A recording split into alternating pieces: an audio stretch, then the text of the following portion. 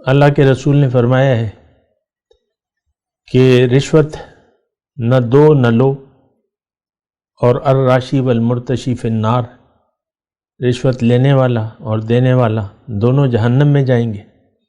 آج کا مسلمان بالخصوص پاکستان کا اس بات پر یقین نہیں رکھتا۔ اس کا تو دیکھیں یقین ہے ہی نہیں، کسی چیز پر یقین نہیں۔ اعوذ باللہ من الشیطان الرجیم، بسم اللہ الرحمن الرحیم۔ اللہم صلی علی سیدنا محمد معدن الجود والکرم وآلہ وسلم۔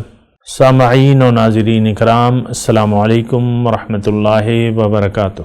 آج کا ہمارا موضوع یہ ہے کہ دین اسلام کیا ہے۔ دیکھیں دین اسلام، اس کو سمجھنے کی ضرورت ہے۔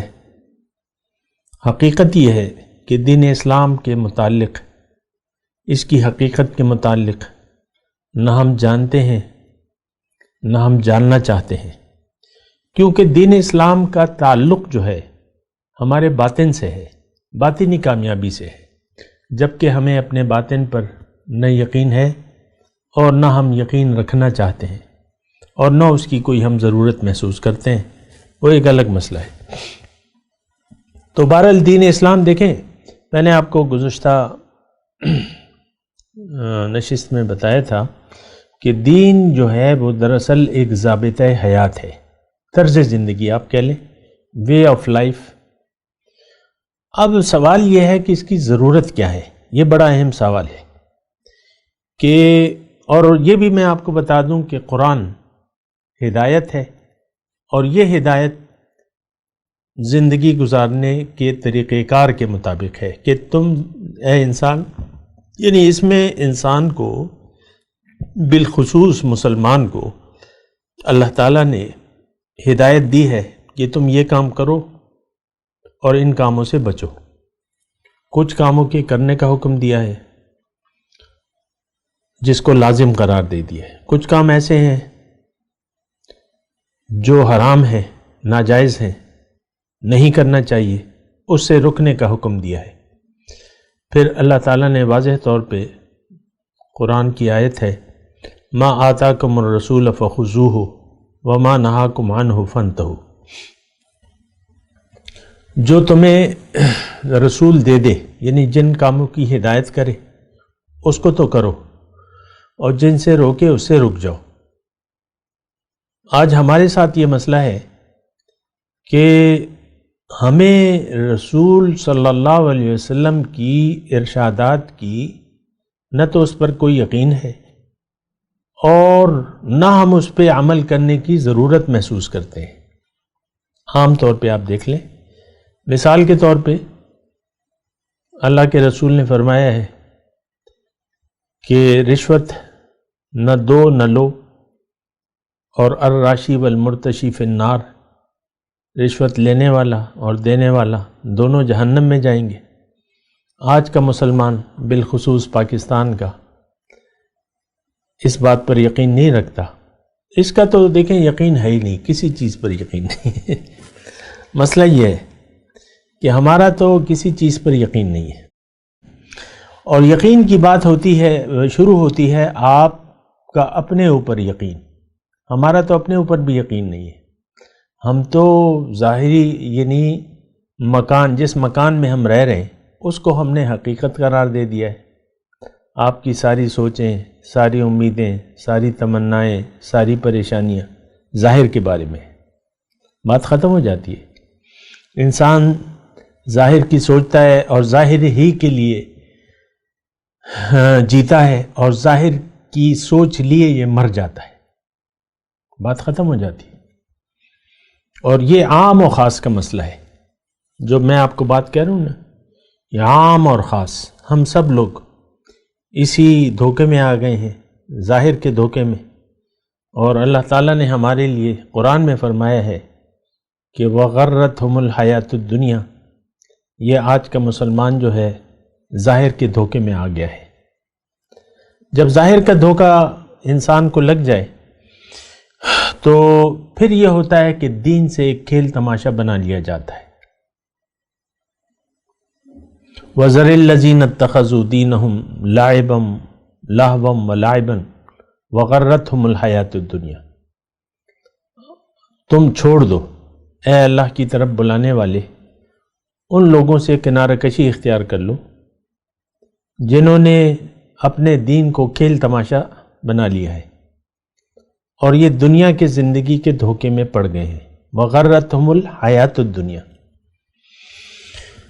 تو مسئلہ تو یہ ہے، بہرحال میں دین اسلام کی بات کروں، دیکھیں دین اسلام ایک ہدایت ہے، اور ہدایت زندگی گزارنے کے بارے میں ہے، ہر چیز کے بارے میں ہدایت موجود ہے۔ زندگی کا کوئی شعبہ ایسا نہیں ہے جس کے لیے ہدایت موجود نہ ہو۔ اصولی ہدایات اور تفصیلی ہدایات یہ سب موجود ہیں۔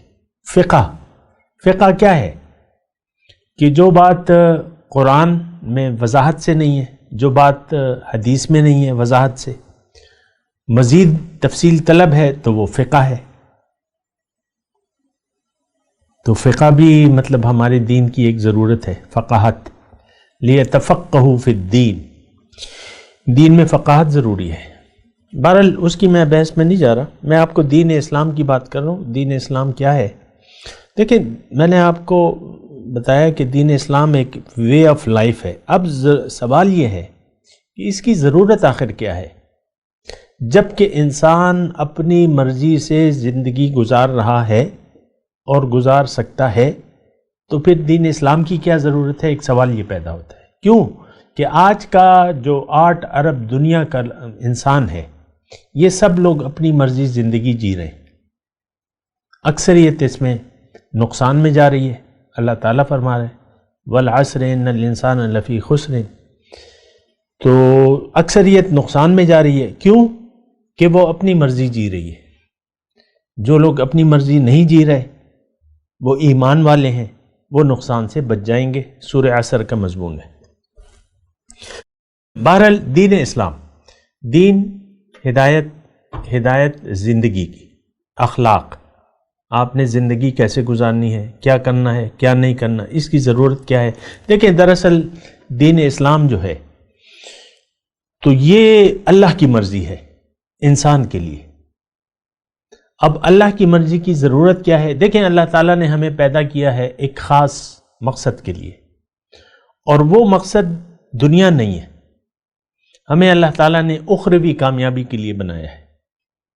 حضور صلی اللہ علیہ وسلم کا ارشاد ہے الدنیا خلقت لکم وانتم خلقتم للآخرہ، اے لوگو اللہ نے دنیا تمہارے لیے بنائی ہے اور تمہیں اللہ تعالیٰ نے آخرت، باطن یعنی اپنے لیے بنایا ہے۔ آخرت میں کیا ہے؟ اللہ۔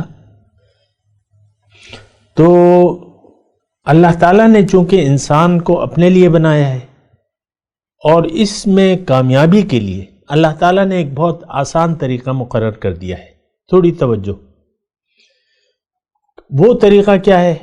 وہ ایک یعنی اللہ تعالیٰ نے، میں ایک جملہ کہہ رہا ہوں، اس کو ذرا غور سے سنیں، کہ اللہ تعالیٰ نے انسان کو یہ کہا ہے کہ اے انسان، اگر تم نے اپنی مرضی زندگی گزاری تو تم ناکام ہوگے، لیکن اگر تم میری مرضی جیے تو تم کامیاب ہو جاؤ گے۔ بس یہ مختصر بات ہے۔